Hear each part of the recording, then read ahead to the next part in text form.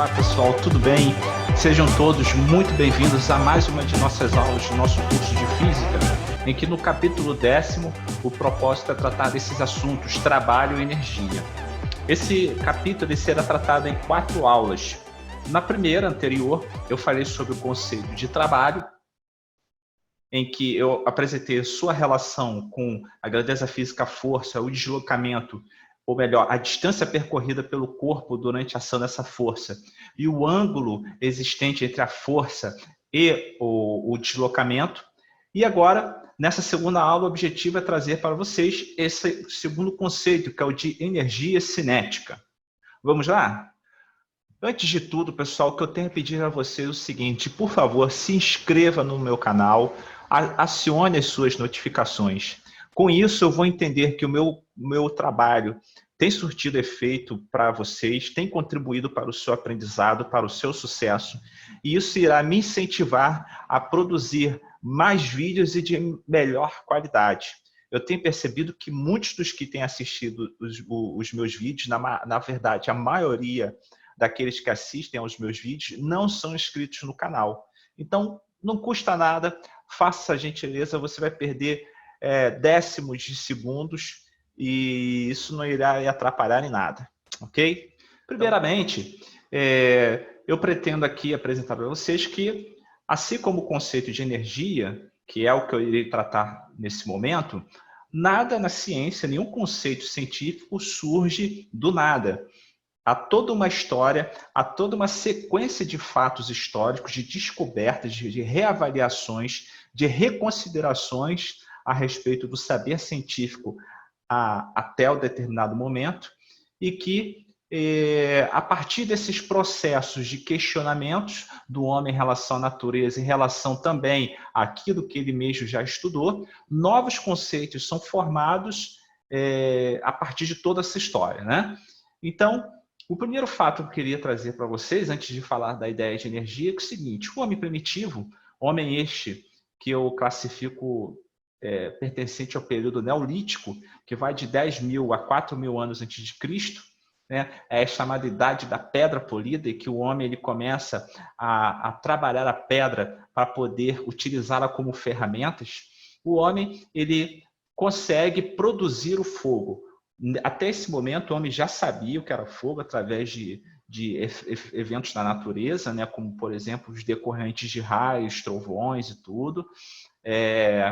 Mas até então ele não produziu fogo. Isso começa a ser produzido nesse período, o período neolítico, em que, através do atrito de corpos, como que está apresentado na figura, é-se gerado calor e luz, que é o que nós temos no fogo. O outro evento que eu queria mostrar para vocês é a primeira referência que se tem o uso de canhões, né, de 1126, isso já depois de Cristo, na China, em que, através da pólvora, a geração do aumento de temperatura e de movimento de corpos. O próximo evento que eu gostaria de mostrar para vocês é a criação de uma máquina chamada de máquina de Hauksbee, ou gerador elétrico de Hauksbee. Hauksbee foi um estudioso que viveu entre o final do século XVII, segunda metade do século XVII e início do século XVIII, em que ele cria essa máquina cuja função é gerar energia eletrostática. Você tem uma manivela conectada a uma polia, nessa polia você tem uma correia que se conecta a uma esfera de enxofre, em que há vácuo dentro dela. E a partir do momento que esse sistema ele entra em movimento, uma pessoa ela poderia colocar a mão nessa esfera e ali, por conta do atrito, era gerado nessa pessoa energia eletrostática, que ela poderia muito bem utilizar para atrair papéis, atrair limalhas de ferro, ou até mesmo, como era muito comum nessa época, pós-Idade Média, em que a eletricidade era muito utilizada para eventos mágicos, eventos ilusionistas, em que, por exemplo, um homem que tivesse sujeito a essa carga eletrostática, ele poderia apontar o dedo para uma taça de bebida destilada e ali ele gerar fogo, né? E os primeiros eletricistas, na verdade, eles eram ilusionistas. Não havia, até então, grandes estudos a respeito da eletricidade. E essa era a única máquina que existiu durante um bom tempo, né? Tempo este antes da pilha, para gerar energia elétrica, chamada máquina ou gerador de Hauksbee. Posteriormente, Luigi Galvani, um médico italiano, ele conseguiu identificar através de pernas de uma rã morta que se ele sujeitasse partes do sistema nervoso dessa rã à eletricidade, você tinha contração das pernas da rã, mesmo ela estando morta. Então você vê uma conexão aí entre eletricidade e movimento nos corpos. Pois bem, o que nós vimos anteriormente, né? Nós vimos que, primeiramente, o homem, ele através do atrito, ele consegue gerar calor e luz. Nós vimos que, através da explosão da pólvora, você consegue ter a liberação de calor e também você consegue ter a impulsão de corpos, como é o caso da bala de canhão. Você consegue perceber que através do atrito você gera energia eletrostática, energia essa que é capaz de atrair corpos e também de gerar centelhas elétricas para gerar fogo. E também você vê uma relação entre eletricidade e movimentos de partes de corpos humanos. Ou seja, há fenômenos que, de alguma forma, eles sofrem um processo de transformação e que existe uma propriedade que, de alguma forma, é transferida, né, entre esses fenômenos. O atrito, que gera calor, que também gera luz, que gera aumento de temperatura, que gera impulsão de corpos, que gera eletricidade, que gera movimento dos corpos. Ou seja, uma série de fenômenos da natureza que, de alguma forma, estão conectados entre si. Ou seja, existe alguma propriedade que ela, de certa forma, é transferida entre esses inúmeros fenômenos da natureza.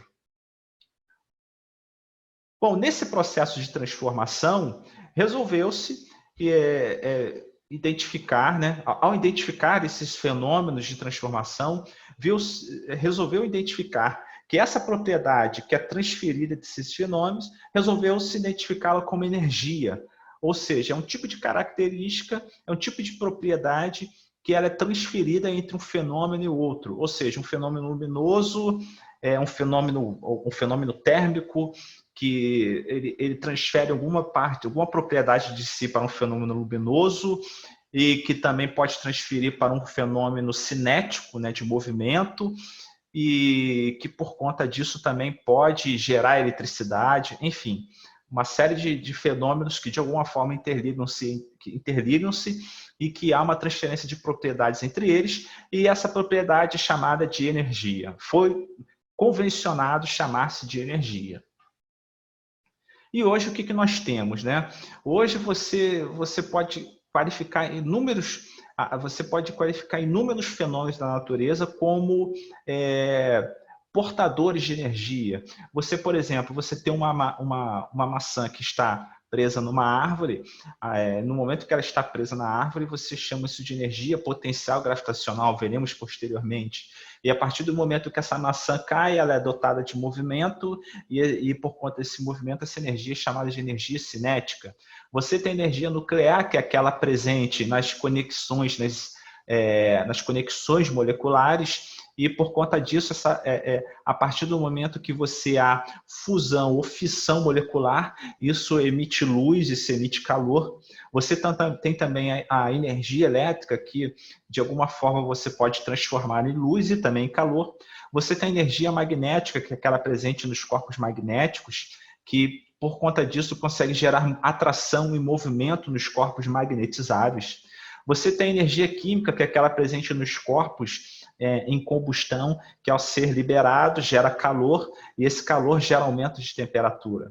Enfim, são inúmeras as formas de energia presentes na natureza. Porém, existe um tipo específico de energia e que parte dela será tratada nessa aula de hoje, que é chamada energia mecânica, que é o somatório das chamadas energia potencial e energia cinética, tá? Por que energia mecânica, pessoal? Porque é um tipo de energia presente nos corpos em fenômenos que não há transformações na matéria, tá? É diferente de, por exemplo, quando você tem o desenvolvimento de energia, a transformação de energia química, energia térmica, enfim, ali você tem um processo de transformação da matéria e, por conta disso, não pode ser chamada de energia mecânica. A energia mecânica ela envolve fenômenos em que não há transformação de energia. Não há transformação da matéria, perdão. E o que seria especificamente esse tipo de energia chamada energia cinética? Veja essa figura que eu mostrei para vocês. Tem um veículo que está em movimento, um rapaz e uma pedra. Independente das suas velocidades, por eles estarem em movimento, todos eles são dotados de um tipo de energia que é própria desse tipo de circunstância, ou seja, é própria dos corpos que estão em movimento. Essa energia é chamada de energia cinética. Todo corpo que está em movimento, ele possui energia cinética. Agora eu faço uma pergunta para vocês. Vamos imaginar essas pequenas esferas de chumbo aqui. Cada esfera ela possui 1 grama de massa e vamos supor que elas sejam arremessadas a essa velocidade aqui, 420 metros por segundo ou 1.512 km por hora. E a pergunta que eu tenho de fazer é o seguinte: será que umas esferas como essa seriam capazes de avariar um muro de alvenaria, ou seja, dotado de emboço, né, concreto e tijolos? Vamos ver a...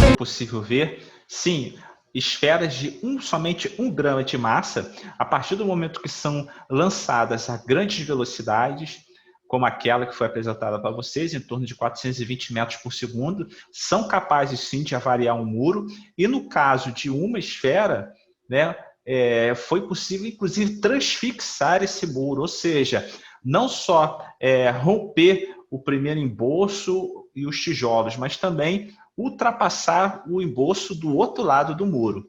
Então, vamos ver. Temos uma circunstância que uma esfera com uma massa muito pequena, de somente 1 grama, mas por conta da sua altíssima velocidade, ela é dotada de grande energia. E é isso que acontece com a energia cinética. A energia cinética ela não é diretamente proporcional, não é só diretamente proporcional à massa dos corpos, mas é proporcional ao quadrado da velocidade. Veja, ao quadrado da velocidade. Por conta disso, pequenas variações na velocidade podem repercutir em grandes variações da energia cinética. E aí, nós temos que corpos pequenos, quando são dotados de altíssimas velocidades, são capazes de produzir bastante estrago, que é o caso dos projéteis de arma de fogo. Ok? A unidade de medida para energia ela é igual à unidade de medida de trabalho, visto que trabalho é um processo de transferência de energia, certo? Como no trabalho, a unidade de medida é o Newton vezes metro, e como resultado disso temos o Joule. Joule este, cuja a inscrição, a forma de escrevê-lo de forma não abreviada é através da letra minúscula, né, J, né, começa-se com a letra minúscula J, mas na forma abreviada utiliza-se o J maiúsculo em homenagem ao cientista. Nesse primeiro exercício, eu apresento para vocês 3 homens, né, que parecem 3 garotos, né, João, Pedro e Paulo, que correm com velocidades horizontais constantes de 1 metro por segundo. No caso do João, Pedro também de 1 metro por segundo, e Paulo é o único diferente, é 2 metros por segundo. Tudo isso em relação a um ponto fixo ao lado da pista, tá? A massa de João é de 50 kg, a de Pedro também, e a de Paulo é de 60 kg. A pergunta que se faz é o seguinte, né? As energias cinéticas de Pedro e Paulo em relação ao referencial localizado em João, qual será? Então vamos lá. Primeiramente eu vou anotar todos os dados aí que a questão nos dá, né? Tanto da massa quanto da velocidade de cada um dos integrantes. A energia cinética, como foi dito anteriormente, ela é diretamente proporcional à massa e à velocidade ao quadrado, né, do corpo em consideração, e tudo isso se divide por 2. Tá? A energia cinética de Pedro em relação a João será qual? Né? Primeiramente, a gente tem que analisar qual é a velocidade relativa de Pedro em relação a João, já visto que a velocidade é um elemento importante, é o elemento talvez o mais importante, né, na análise da energia cinética. E a velocidade de Pedro em relação a João se dará pela velocidade de Pedro subtraída da velocidade de João. Bom, como os dois possuem a mesma velocidade, significa que um não se distanciará e nem se aproximará do outro. Por conta disso, a velocidade relativa entre ambos é de 0 metros por segundo. Por conta disso, como você tem o fator velocidade multiplicando o fator massa, né? Velocidade ao quadrado multiplicando massa, se a velocidade for 0, a energia cinética, então, de Pedro em relação a João vai ser 0 também. Agora, vamos saber a energia cinética de Paulo em relação a João.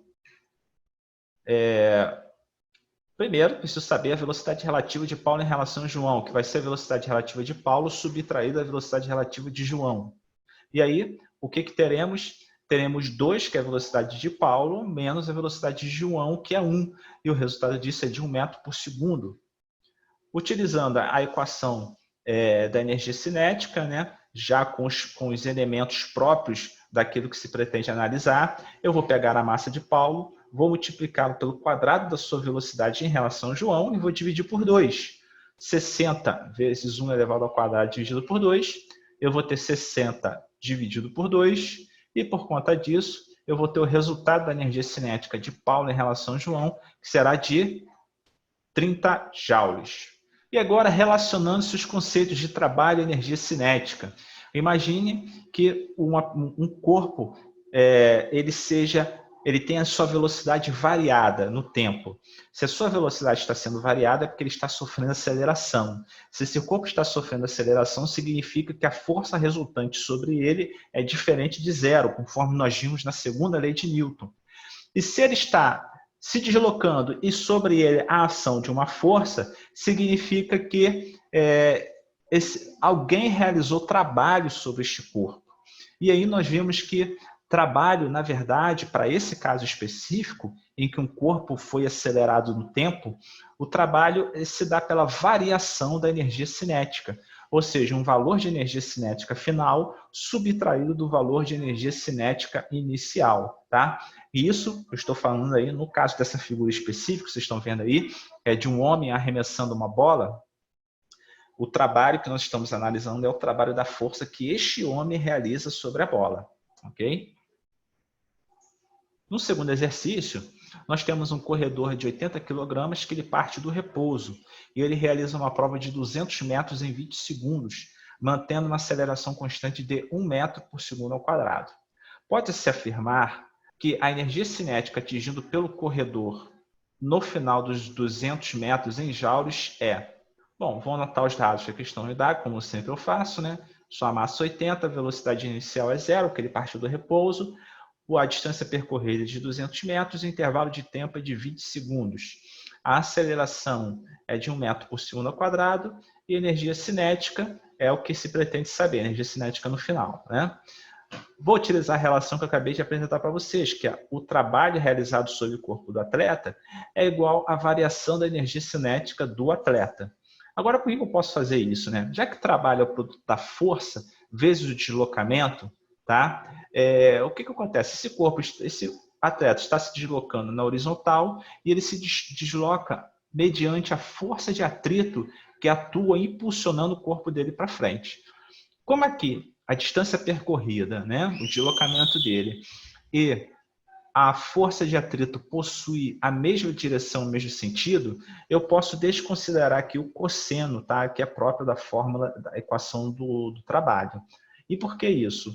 Como estão paralelos, né, e no mesmo sentido, a força de atrito e o deslocamento, tem-se que o ângulo é zero e o cosseno de zero vale 1. Então, ele não vai importar aqui para a equação, tá? Então, vamos lá. Qual é a força de atrito que está atuando sobre o atleta? É a massa dele vezes a aceleração que esse atleta está sofrendo. 80 vezes 1 será de 80 newtons. Vou utilizar isso agora nessa equação aqui. Ó. O trabalho não é igual à variação da energia cinética. O trabalho não é dado pelo produto força vezes deslocamento. A força é 80, né? A distância percorrida, que no caso aqui vai ser o deslocamento dele, né? 80 vezes 200, vai ser igual à energia cinética final menos a energia cinética inicial. Pois bem, o que vai acontecer?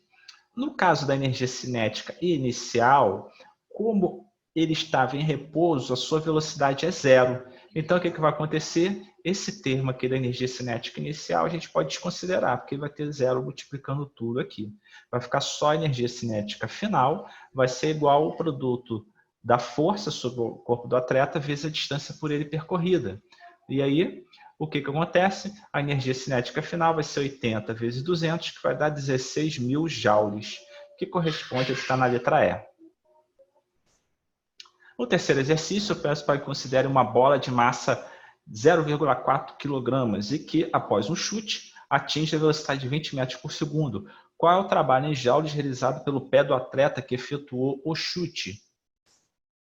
A massa da bola, vou colocar os dados que eles estão me dando, né? Massa da bola 0,4 kg, a velocidade inicial 0, velocidade final 20. O trabalho realizado pelo pé do jogador, que a questão quer saber. Então, vou utilizar novamente a equação relacionando o trabalho à variação de energia cinética. Como a bola, a princípio, estava em repouso, a energia cinética inicial vai ser zero. E o trabalho vai ser simplesmente igual ao valor da energia cinética final, que será meio vezes a massa, né, da bola, vezes 20 ao quadrado, que é a velocidade final da bola. Tá? E eu estou botando aqui meio, pessoal. Multiplicar alguma coisa por meio é a mesma coisa que dividir por 2, ok? Então, vou ter 0,2 vezes 400, ou seja, o trabalho que o pé do jogador realizou sobre a bola é de 80 joules. O quarto exercício apresenta uma bola também de 0,4 kg, que movimenta-se a uma velocidade de 30 metros por segundo até atingir o vidro de uma janela. No entanto, após quebrar a superfície, continuou sua trajetória a uma velocidade de 10 metros por segundo. Qual foi o trabalho em joules da força realizada pelo vidro ao frear a bola? Vou novamente anotar os dados que a questão me dá. E aí, vou levar em consideração também a relação entre trabalho e variação da energia cinética, visto que foi o que aconteceu com a bola. Ela tinha uma energia cinética proporcional à velocidade de 30 metros por segundo, impacta-se com o vidro realiza um trabalho freando, um trabalho negativo, freando a bola, de forma a fazê-la atingir um novo valor de energia cinética menor, que é compatível à velocidade de 10 metros por segundo. E aí, vou substituir os valores, lembrando que agora a energia cinética final será menor, né, porque a velocidade vai diminuir. Então, é meio vezes 0,4 vezes 10 elevado ao quadrado, menos meio vezes 0,4 vezes 30 ao quadrado. E aí, o que vai acontecer? Eu vou... meio vezes 0,4 vai ser 2, vai dar 0,2. Então, vai ser 0,2 vezes 100, que é 10 ao quadrado, menos 0,2 vezes 900, que é 30 ao quadrado. Tudo isso será igual a 0,2, eu botei o 0,2 em evidência, vezes 100 menos 900. Ou seja, menos 0,2 vezes 800. Ou seja, o trabalho que o vidro realizou sobre a bola é um trabalho negativo, ou seja, de redução da energia cinética, de menos 160 joules. O exercício quinto tem um bloco de 1 kg de massa que é posto a deslizar sobre uma mesa horizontal, com energia cinética inicial de 2 joules. Devido ao atrito entre o bloco e a mesa, ele para após percorrer a distância de 1 metro. Né? E faz essas duas perguntas aí abaixo. Um dado que a questão dá é que a aceleração da gravidade é de 10 metros por segundo ao quadrado. Vamos lá. Para responder a letra A, cuja pergunta é: qual o trabalho realizado pela força de atrito? Mais uma vez, vou colocar todos os dados aqui que a questão dá, tá? Reforçando que a força de atrito entre a mesa e o bloco é diferente de zero, ou seja, há atrito. Atrito esse que irá reduzir a velocidade, tá? E o trabalho da força de atrito ele vai ser a variação da energia cinética que esse atrito produz sobre o bloco. Como ele irá parar, significa que a energia cinética final será zero. E aí, o que vai acontecer? O trabalho vai ser igual a zero, que é a energia cinética final, menos 2, que é a energia cinética inicial. Ou seja, o trabalho da força de atrito é de menos 2 joules. Na letra B, eu pergunto qual é o coeficiente de atrito, o suposto constante, entre a mesa e o bloco. Lembrando que aí nós já temos a situação em que o corpo está em movimento, portanto, o seu atrito é dinâmico, ou seja, ele tende a ser estático, né, constante. Bom, o que acontece? Como, mais uma vez, eu coloco os dados que a questão me dá, associado ao valor que eu achei na situação anterior, né, no item anterior, em que o trabalho realizado pela força de atrito é de menos 2 joules. O negativo se deve ao fato desse trabalho, a força de atrito ela exercer um trabalho de forma a reduzir a energia cinética do corpo. Então, o trabalho será o produto da força de atrito vezes a distância percorrida, vezes o cosseno do ângulo entre o deslocamento e a força de atrito. Por conta disso, menos 2 será igual a força de atrito, vezes 1, que é a distância percorrida, vezes menos 1, que é o cosseno de 180. E aí o que vai acontecer? Ao passar o menos 1 para o outro lado, eu vou ter que a força de atrito é igual a 2 newtons. E a força de atrito também é dada pelo produto coeficiente de atrito vezes a força normal. Como o corpo ele está numa superfície horizontal, o módulo da força normal é igual ao módulo da força peso. Isto porque a força normal é a força de reação, a força de compressão. E quando um corpo está apoiado numa superfície horizontal, a sua força de compressão é igual à força peso. Sendo a força normal uma reação à força de compressão, ela vai ter o mesmo valor, mesma direção e sentido oposto. É o que nos diz a terceira lei de Newton, chamada lei da ação e reação. Por conta disso, sendo o módulo da força normal igual ao módulo da força peso, ela será a massa vezes a aceleração da gravidade, 1 vezes 10, que será 10 newtons. E aí, voltando à equação, força de atrito é igual ao seu coeficiente vezes a força normal, 2 newtons será igual ao coeficiente vezes 10. Passo 10 para o outro lado dividindo, vou ter que o coeficiente de atrito será igual a 0,2 newtons. E aí, termino minha aula aqui com vocês. Agradeço a sua presença mais uma vez. Por favor, compartilhe meu canal, me ajude, se inscreva nele e aperte o sininho para você receber notificações. Eu agradeço mais uma vez a sua presença e, como sempre, eu te desejo bons estudos e até a próxima.